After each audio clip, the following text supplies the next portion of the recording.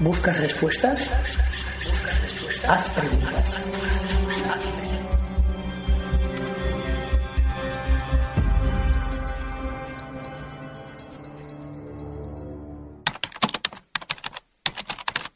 ¿Buscas respuestas? En la búsqueda te las ofrecemos. Con Fernando Aisa.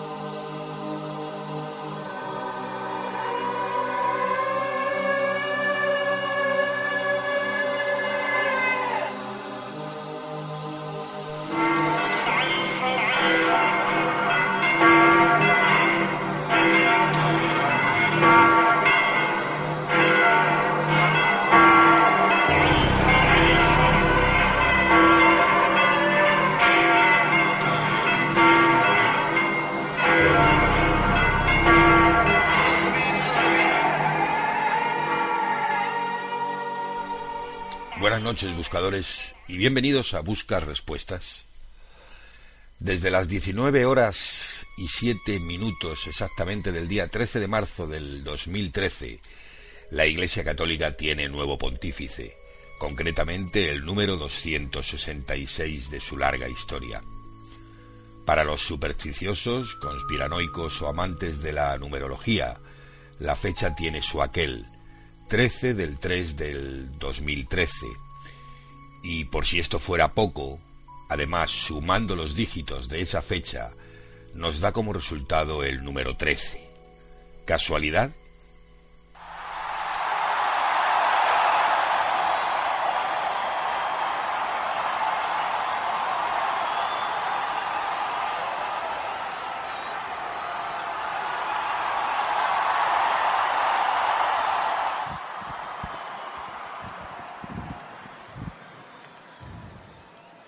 Annuncio vobis gaudium magnum, habemus papam.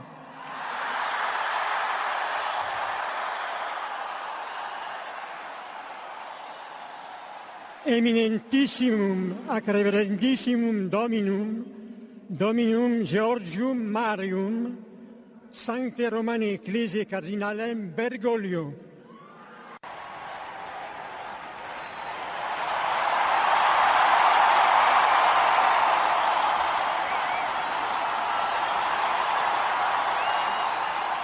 La primera reacción fue de sorpresa ante la elección del arzobispo de Buenos Aires. Pero tras la incertidumbre, la gente comenzó a gritar «Francisco, Francisco». Después de rezar unos minutos en el aula Paulina, se asomó al balcón un papa que hace historia. Es el primero en usar como nombre Francisco y el primero de América. Questo cammino i miei fratelli cardinali sono andati a prenderlo quasi alla fine del mondo, ma siamo qui. En su primer discurso, el nuevo papa recordó a su predecesor y rezó por él. Prima di tutto vorrei fare una preghiera per il nostro vescovo emerito Benedetto XVI.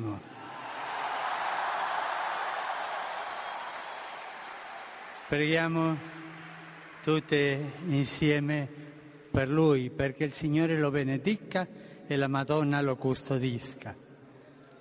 Antes de impartir su primera bendición como nuevo obispo de Roma, Francisco I pidió a los fieles que rezaran por él mientras inclinó la cabeza en silencio. Después le colocaron la estola y comenzó su primera bendición Urbi et Orbi. Et benedictio Dei omnipotentis, Patris, et Filii, et Spiritus Sancti, descenda super vos et maniat semper. El cardenal argentino recibió en la quinta votación del cónclave la tarde del 13 de marzo la mayoría de 2/3 de los 115 cardenales electores. Ante la multitud reunida en la plaza de San Pedro, Francisco I pidió a todos rezar para que haya en el mundo una gran fraternidad. Francisco I, nacido Jorge Mario Bergoglio, Buenos Aires, 17 de diciembre de 1936, es el Papa número 266 de la Iglesia Católica y jefe de Estado de la Ciudad del Vaticano. Resultó elegido tras la renuncia al cargo de Benedicto XVI por los cardenales que votaron en el cónclave. Es el primer pontífice procedente del continente americano. Fue elegido Papa tras 5 votaciones y eligió el nombre de Francisco I. Este hombre en Buenos Aires solía viajar en autobús y en metro como un ciudadano más. Lo mismo que ha hecho en los viajes durante su última estancia en Roma. Aunque goza de buena salud, sufre problemas respiratorios tras la pérdida de un pulmón en una intervención quirúrgica.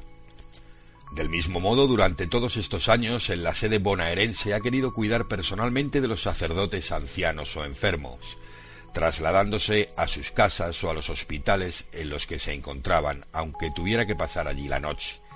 También renunció a vivir en el Palacio Arzobispal y decidió irse a vivir a un pequeño apartamento. Es el primer Papa de la Compañía de Jesús, aunque no siempre ha tenido las cosas fáciles por parte de sus compañeros. Llegó a ser el provincial de la Compañía en el periodo que va desde el año 1973 a 1980, donde se opuso de manera firme a la teología de la liberación, motivo por el cual tuvo que llamar al orden a alguno de sus hermanos. Esta firmeza con ellos le fue devuelta cuando dejó de ser provincial tras ser desterrado a Córdoba, sin competencias pastorales y sobre todo tras ejercer una responsabilidad tal como la de provincial. Ha sido acusado por grupos de izquierda por colaborar supuestamente con la dictadura militar argentina. Durante su etapa como provincial, Bergoglio echó a 2 jesuitas simpatizantes de la teología de la liberación y que más tarde fueron secuestrados. Ese es todo el vínculo que se conoce. Anteriormente, tras la muerte del Papa Juan Pablo II, el 2 de abril del año 2005, fue considerado uno de los candidatos a tomar el lugar del sumo pontífice, cargo para el cual fue electo Joseph Ratzinger, quien adoptó el nombre papal de Benedicto XVI. Bergoglio fue presidente de la Conferencia Episcopal Argentina durante 2 periodos. Impedido por el estatuto de asumir un nuevo mandato, durante la 102 Asamblea Plenaria de este organismo, se eligió al arzobispo de la Archidiócesis de Santa Fe de la Veracruz, José María Arancedo, para sucederlo.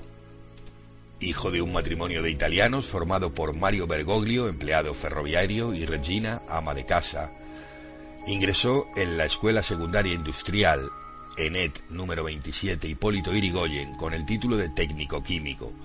A los 21 años, en el año 1957, decidió convertirse en sacerdote. Ingresó en el seminario del barrio Villa Devoto como novicio de la orden jesuita. Fue ordenado sacerdote el 13 de diciembre de 1969. A partir de entonces hizo una larga carrera dentro de la orden, de la cual llegó a ser provincial desde 1973 hasta 1979, ya durante la dictadura cívico-militar argentina. Luego de una gran actividad como sacerdote y profesor de teología, fue consagrado obispo titular de Auca el 20 de mayo de 1992, para ejercer como uno de los 4 obispos auxiliares de Buenos Aires. Cuando la salud de su predecesor en la Archidiócesis de Buenos Aires, el arzobispo Antonio Querrachino, empezó a debilitarse, Bergoglio fue designado obispo coadjunto de la misma el 3 de junio de 1997. Tomó el cargo de arzobispo de Buenos Aires en febrero del 98. Durante el consistorio del 21 de febrero de 2001, el Papa Juan Pablo II lo creó cardenal del título de San Roberto Belarmino. Además, se constituyó en el primado de la Argentina, resultando así el superior jerárquico de la Iglesia Católica en aquel país. En virtud de su puesto episcopal, es además miembro de la Conferencia Episcopal Argentina, como ya hemos comentado, aunque también lo es del Consejo Episcopal Latinoamericano, CELAM. Tras 2 periodos consecutivos como presidente de la Conferencia Episcopal, el 8 de noviembre de 2011 los obispos electores de este organismo designaron para reemplazarlo al arzobispo de Santa Fe, José María Arancedo, primo hermano del fallecido expresidente argentino Raúl Alfonsín, y hasta entonces vicepresidente segundo de la Conferencia Episcopal. Al morir Juan Pablo II eran 117 los cardenales menores de 80 años en condiciones de votar para elegir un nuevo papa. Entre estos se encontraba el cardenal Bergoglio, de quien se dice que logró obtener 40 votos de los 77 que eran necesarios para ser elegido, es decir, el segundo lugar detrás del que fue elegido y convertido en Benedicto XVI, el cardenal Joseph Ratzinger. Sin embargo, puesto que existe obligación de secreto absoluto para los asistentes al cónclave, Constitución Apostólica Universi Dominici Gregis del 22 de febrero del año 1996, bajo pena de excomunión reservada al Sumo Pontífice, Código de Derecho Canónico 1399. Este dato debe tomarse como mera especulación. Pues bien, buscadores, espero que con esto conozcáis un poquito mejor a Francisco I, nuevo Papa de la Iglesia Católica. Veremos si, como dicen las profecías, es el último Papa. Podremos comprobar también por qué el número 13 está tan ligado a las fechas importantes de su vida. De todas esas cosas y seguramente de alguna más tendremos tiempo de enterarnos durante su pontificado. Hasta la semana que viene, buscadores.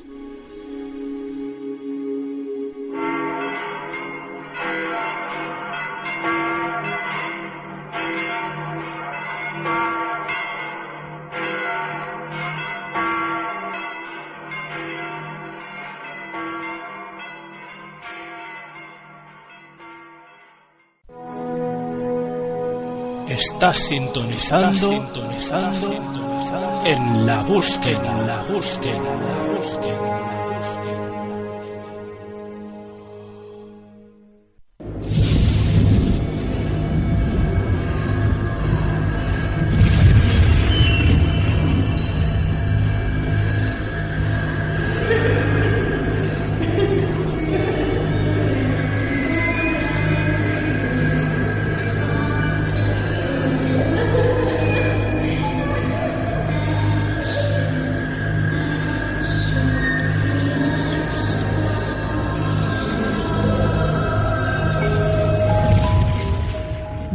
Seda.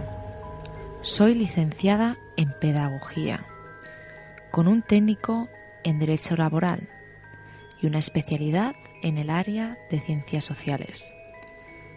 Hago mención de todo esto para que al escuchar mi relato nos demos cuenta que en el mundo espiritual no importa títulos de educación, estrato social, edad, sexo ni religión. Nos afecta a todos, aunque algunas veces nos demos cuenta o no queramos darnos cuenta. Comienzo diciéndoles que en el transcurso de mi vida he tenido la oportunidad varias veces de experimentar fenómenos paranormales. No porque yo los haya buscado, sino porque, como les dije antes, ellos siempre están ahí y algunas personas, por circunstancias que no podría explicarles, son más sensibles a ellos que otras. Desde que recuerdo, mis experiencias han sido recurrentes en mi vida, pero trataba de ignorarlas, buscar la explicación lógica o simplemente callarlas, al no tener persona alguna a quien comentárselas. Recuerdo tan vivamente que el día que me atreví a confesárselo a mi mamá, ella simplemente me dijo que eran producto de mi imaginación y que tales no existían. Cada vez que trataba de contarle algún episodio que me ocurría, ella se molestaba mucho, diciéndome que eso no era posible.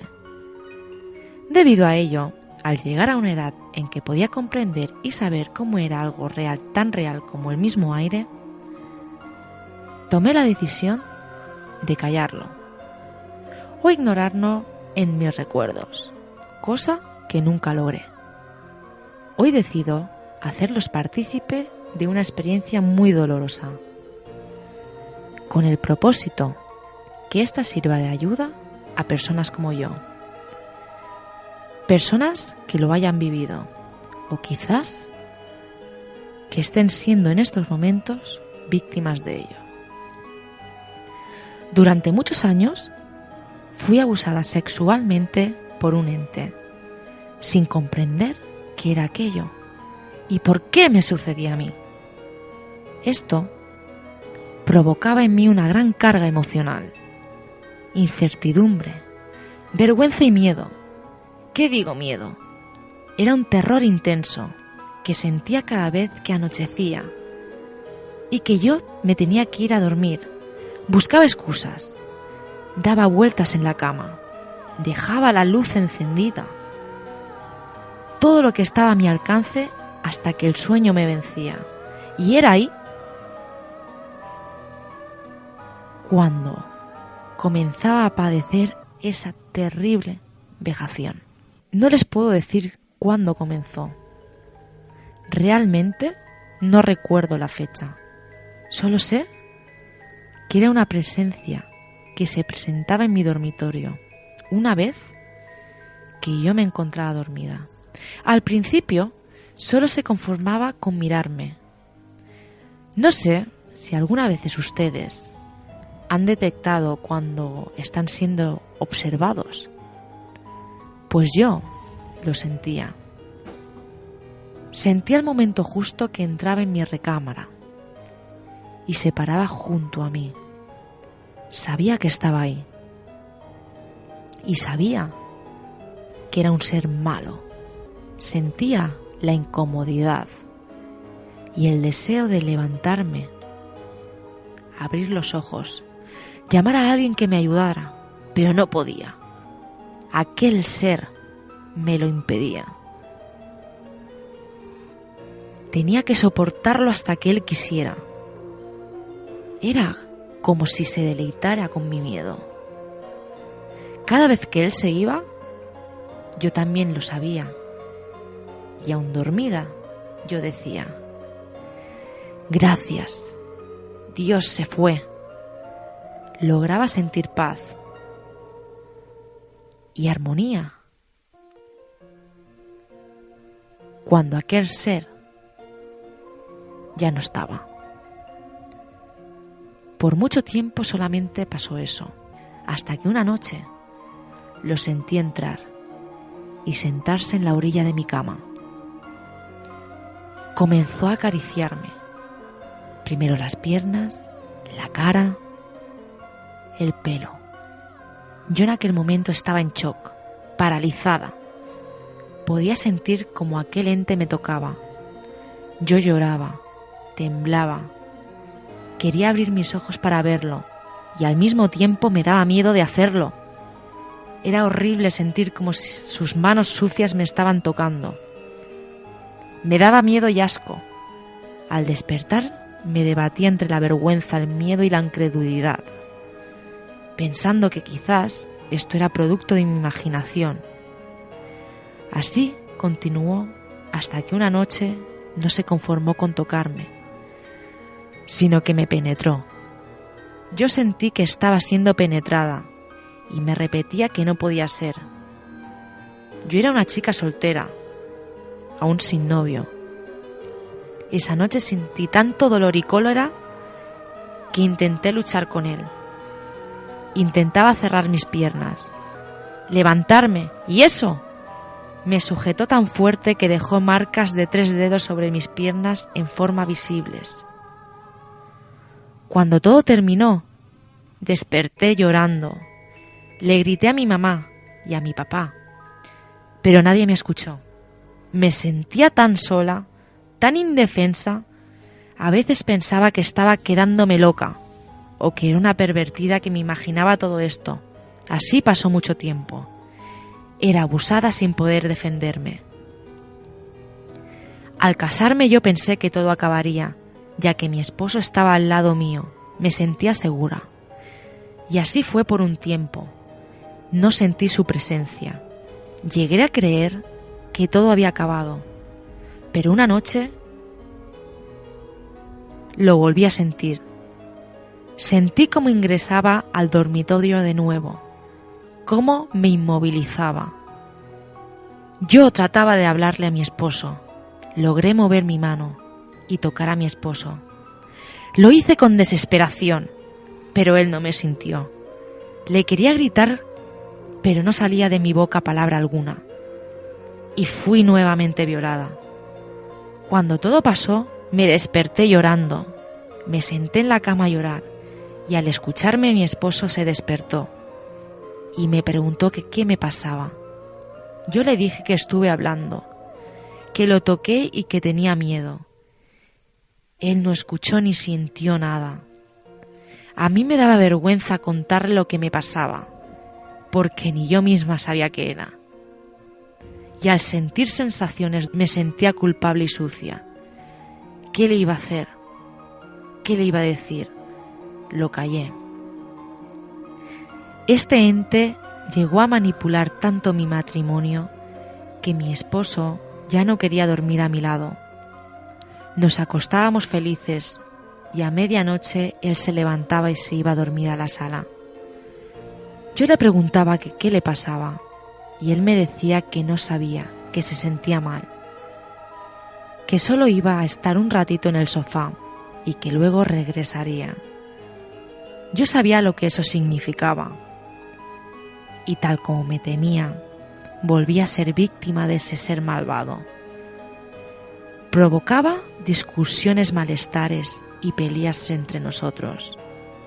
Y sé que era esa entidad, porque durante el día nunca discutíamos, al contrario, siempre teníamos una buena relación, jugábamos, reíamos, él me llamaba al trabajo y yo a él, salíamos a pasear, compartíamos los amigos, todo lo que realiza una pareja enamorada.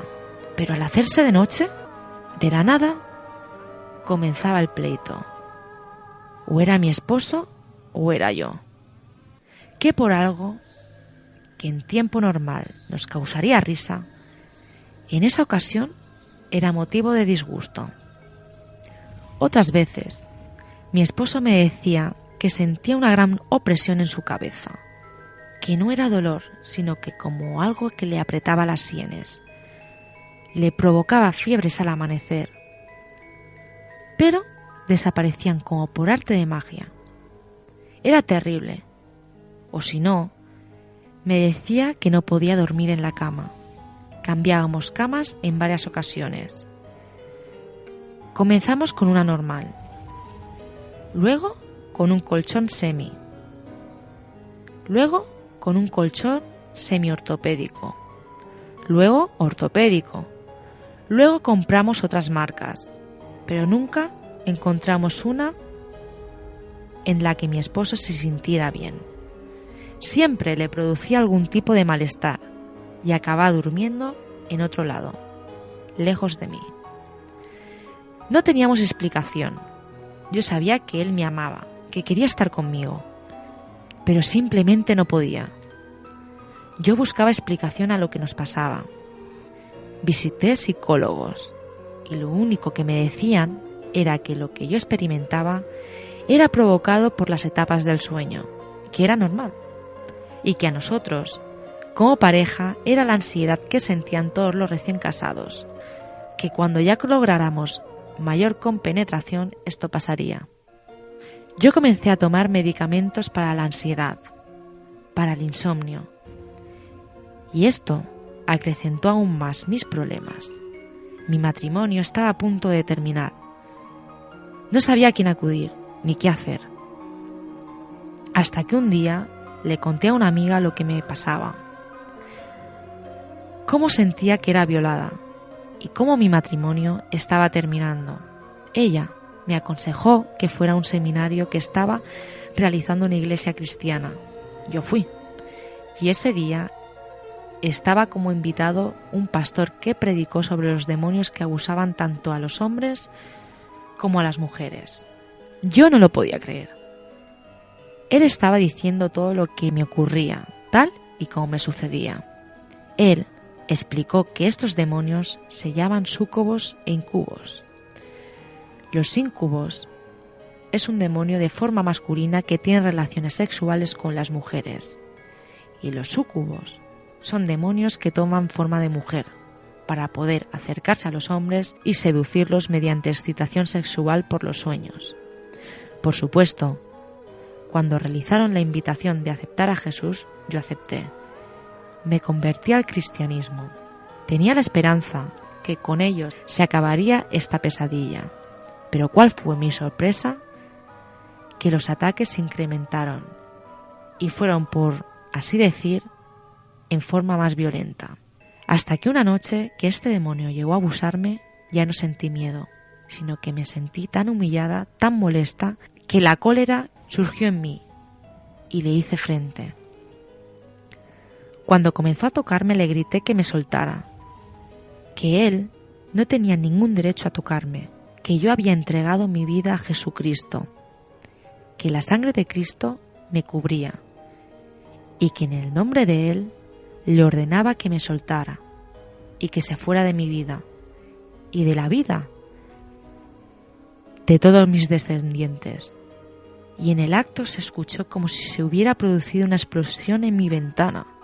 Fue tan fuerte que incluso se escuchó en el mundo material, porque mi esposo se despertó y me preguntó qué había sido eso, que si habían tirado alguna piedra o un petardo en la ventana. Yo sabía qué había sido, pero le dije que se durmiera, que ya todo había pasado, y desde ese día nunca jamás he sentido esa presencia. Estoy segura que se fue y que jamás volverá. Esta es mi historia. Espero que le sirva a alguien que esté sufriendo algo similar o igual. Sí, se puede hacer frente a estos demonios. Solo hay que tener fortaleza de hacerlo y la fe en ese ser superior que nos protege y nos ayuda. Llamémoslo como querramos, pero mi Dios es Jesucristo, Espíritu Santo. Tú le puedes poner el nombre que desees. No nos equivoquemos. El mundo espiritual sí existe y nos afecta. Convivimos con él, ya sea que nos demos cuenta o no. Por favor, estemos preparados, investiguemos. Hay muchas cosas en nuestra vida que suceden porque la espiritualidad está interfiriendo en lo material.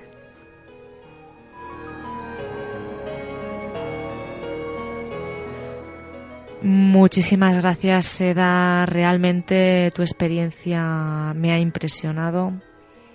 Han sido muy pocas personas, las podría contar con una mano y me sobrarían dedos, las que me han contado una experiencia de este tipo, y la forma en la que tú lo has expresado es realmente increíble y bueno, la verdad es que me alegro muchísimo de que todo esto haya parado, que ya estés bien, que te hayas podido liberar de ese demonio, y darte las gracias por lo valiente que has sido. No sé qué decirte, Eda, de verdad me ha impresionado muchísimo tu experiencia, la manera has dado detalle por detalle. Espero que nuestros buscadores hayan recibido tu experiencia como lo he hecho yo. Darte las gracias nuevamente, y a vosotros buscadores, ya habéis escuchado el testimonio de Eda, y si queréis hacer lo mismo que ha hecho ella con vuestra experiencia, solo tenéis que escribirme a mí a respuestasdelmasallá@enlabúsquedaradio.com, y yo, tal y como he hecho con la buscadora de hoy, pues leeré vuestra experiencia. O si lo deseáis, muchas veces os me pongo en contacto con vosotros porque surgen confusiones también lo podéis contar vosotros, aunque como ya os he dicho desde un principio, esta sección es para todos los buscadores, para todos los oyentes que no se atrevan a contar su experiencia delante de un micro. Y bueno, queridos buscadores, muchísimas gracias por estar ahí, gracias Seda nuevamente por tu testimonio y continuamos en la búsqueda.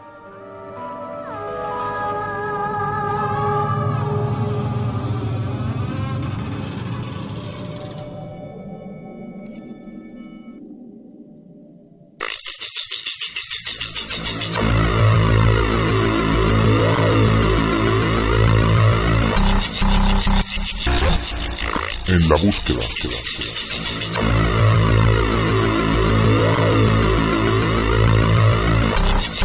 Misterios en la red.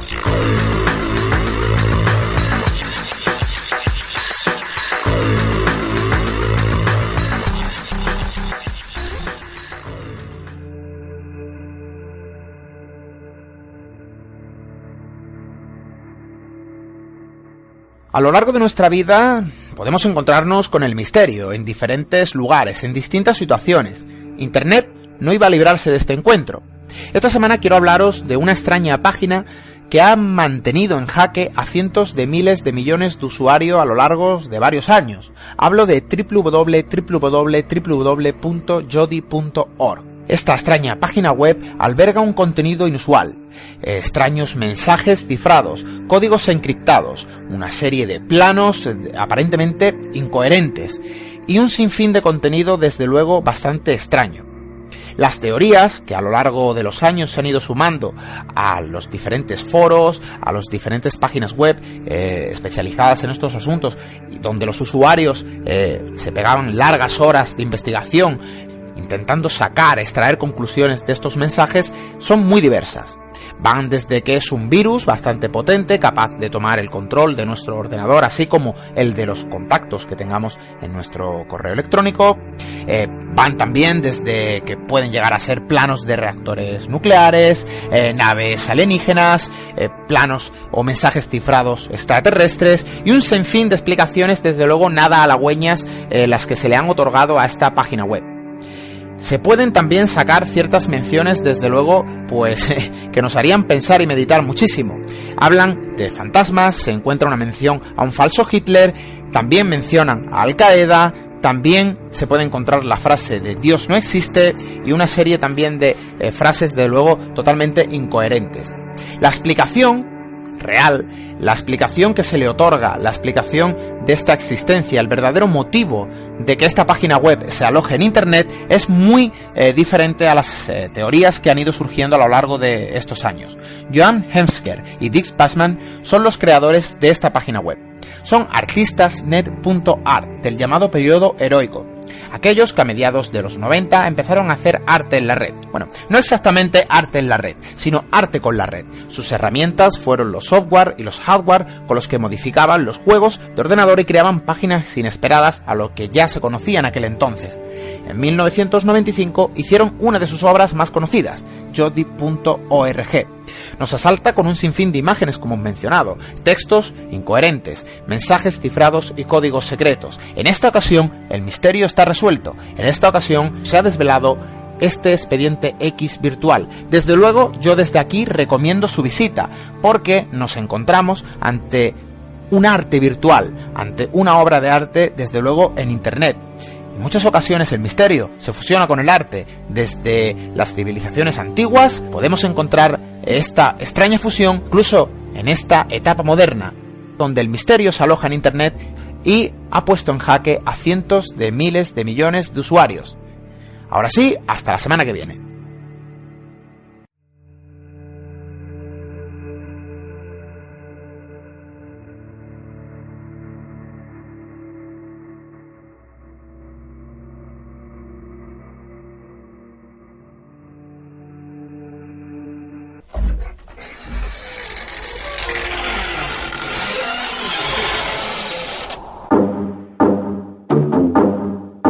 Sé un buscador. Sé un buscador.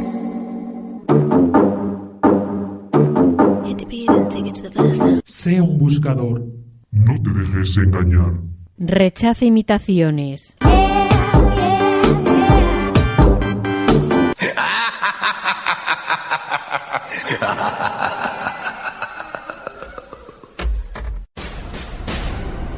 Misterios de siempre, con Juan Bocanegra.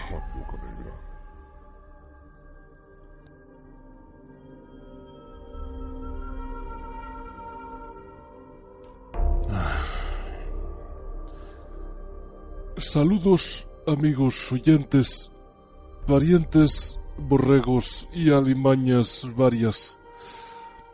Hoy en Misterios de Siempre hemos enviado a John Tenebros, a donde Ana perdió la botella y José María su bigote. En fin, esto no viene a cuento y para cuento el que nos va a contar nuestro entrañable reportero de Allende del Charco, John Tenebros. Adelante, John, con este terrorífico reportaje.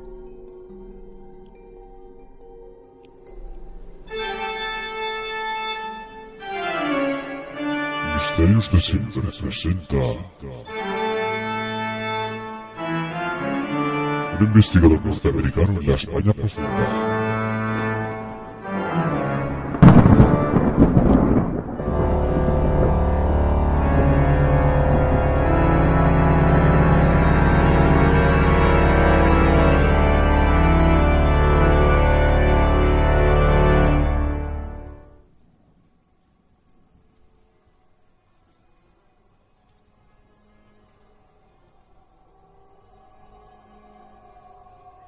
Saludos, amigo Juanete.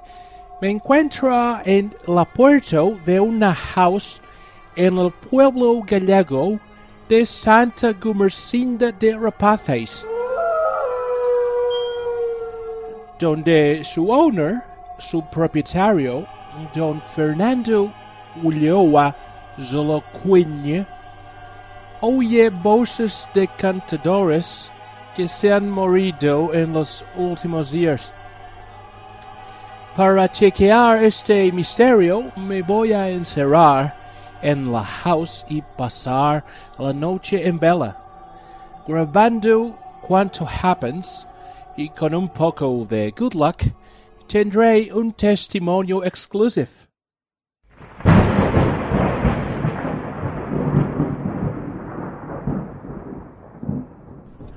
Me encuentro en el comedor de la house.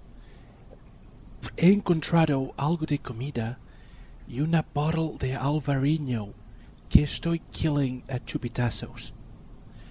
Estoy comiendo en silencio, waiting for los fantasmas a que aparezcan. Pero de momento no hay suceso, no he tenido éxito.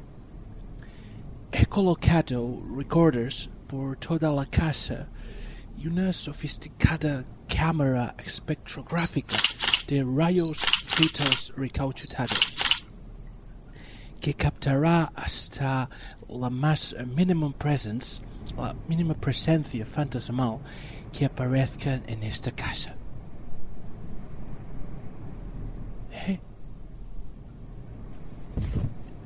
Juancito, estoy tremendamente asustado. Acaba de oírse un ruido sordo.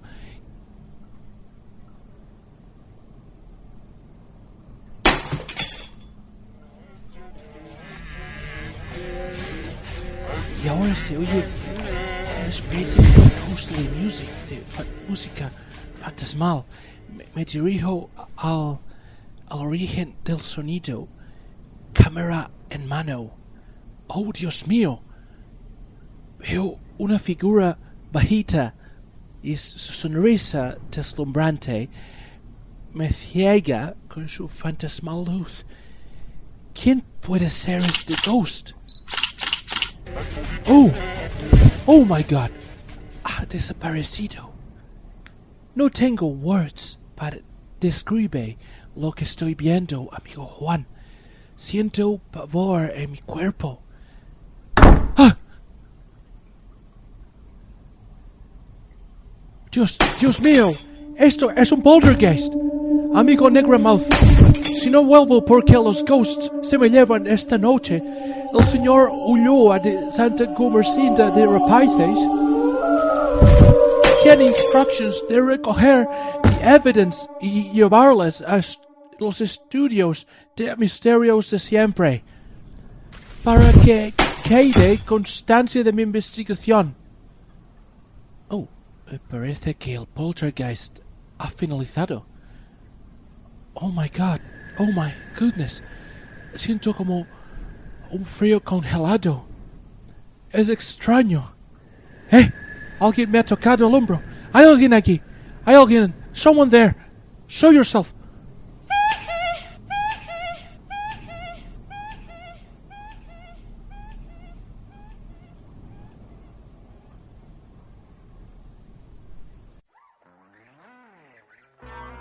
Los detectaste con Martians Go Home. Los atrapaste con Ghost Sucker. Pero ¿cómo van a creerte tus amigos si no tienes imágenes? Llega ya el invento revolucionario que hará las delicias de los cazafantasmas más modernos. Llega la cámara espectrográfica con nombre propio más espectacular. Ghostly Paparazza. Ghostly Paparazza es una cámara espectrográfica con lentes de cuarzo encantado y un sensor capaz de captar hasta una supernova a 300 años luz tras una pared y 4 sierras montañosas. Hágase ya con su Ghostly Paparazza, porque una imagen vale más que 1000 fantasmas.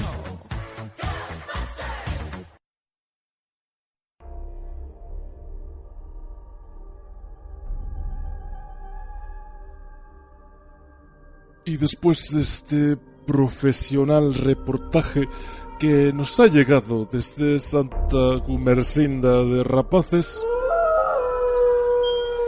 les emplazamos en una nueva edición de Misterios de Siempre.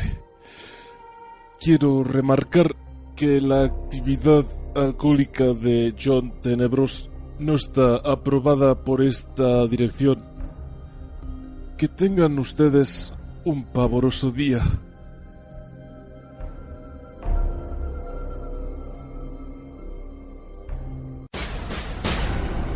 Misterios de Siempre, con Juan Bocanegra.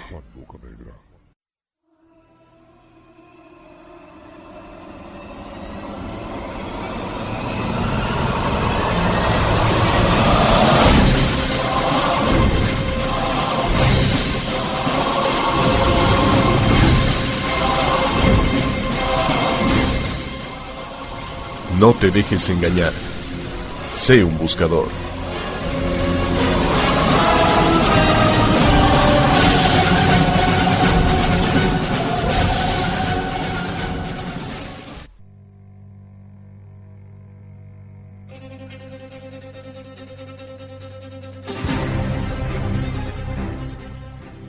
Buscadores, ya hemos llegado al final de esta semana del programa En la Búsqueda. Daros las gracias por estar ahí. Hoy no nos da tiempo de leer vuestros comentarios, vamos un poco justitos de tiempo. José Antonio, lo siento mucho. Es lo que hay, ¿no? La vida es así.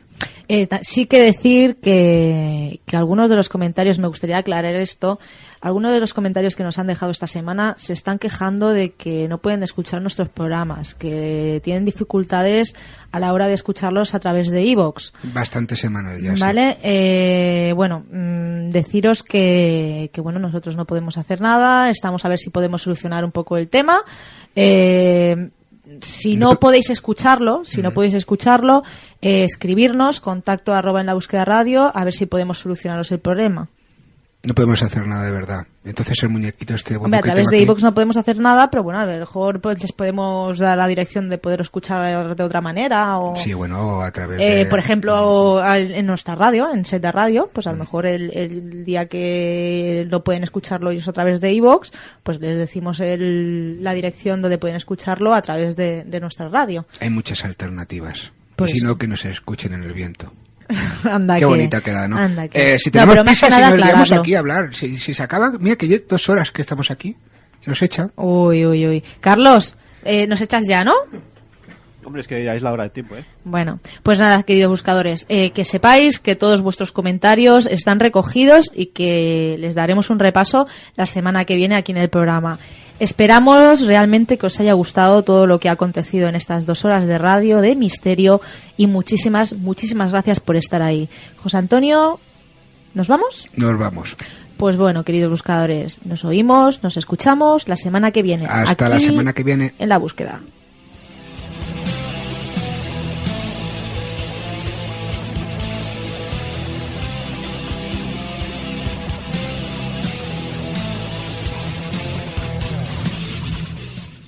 En La Búsqueda no se hace responsable de las opiniones vertidas por los invitados, colaboradores y oyentes mediante sus intervenciones en este programa.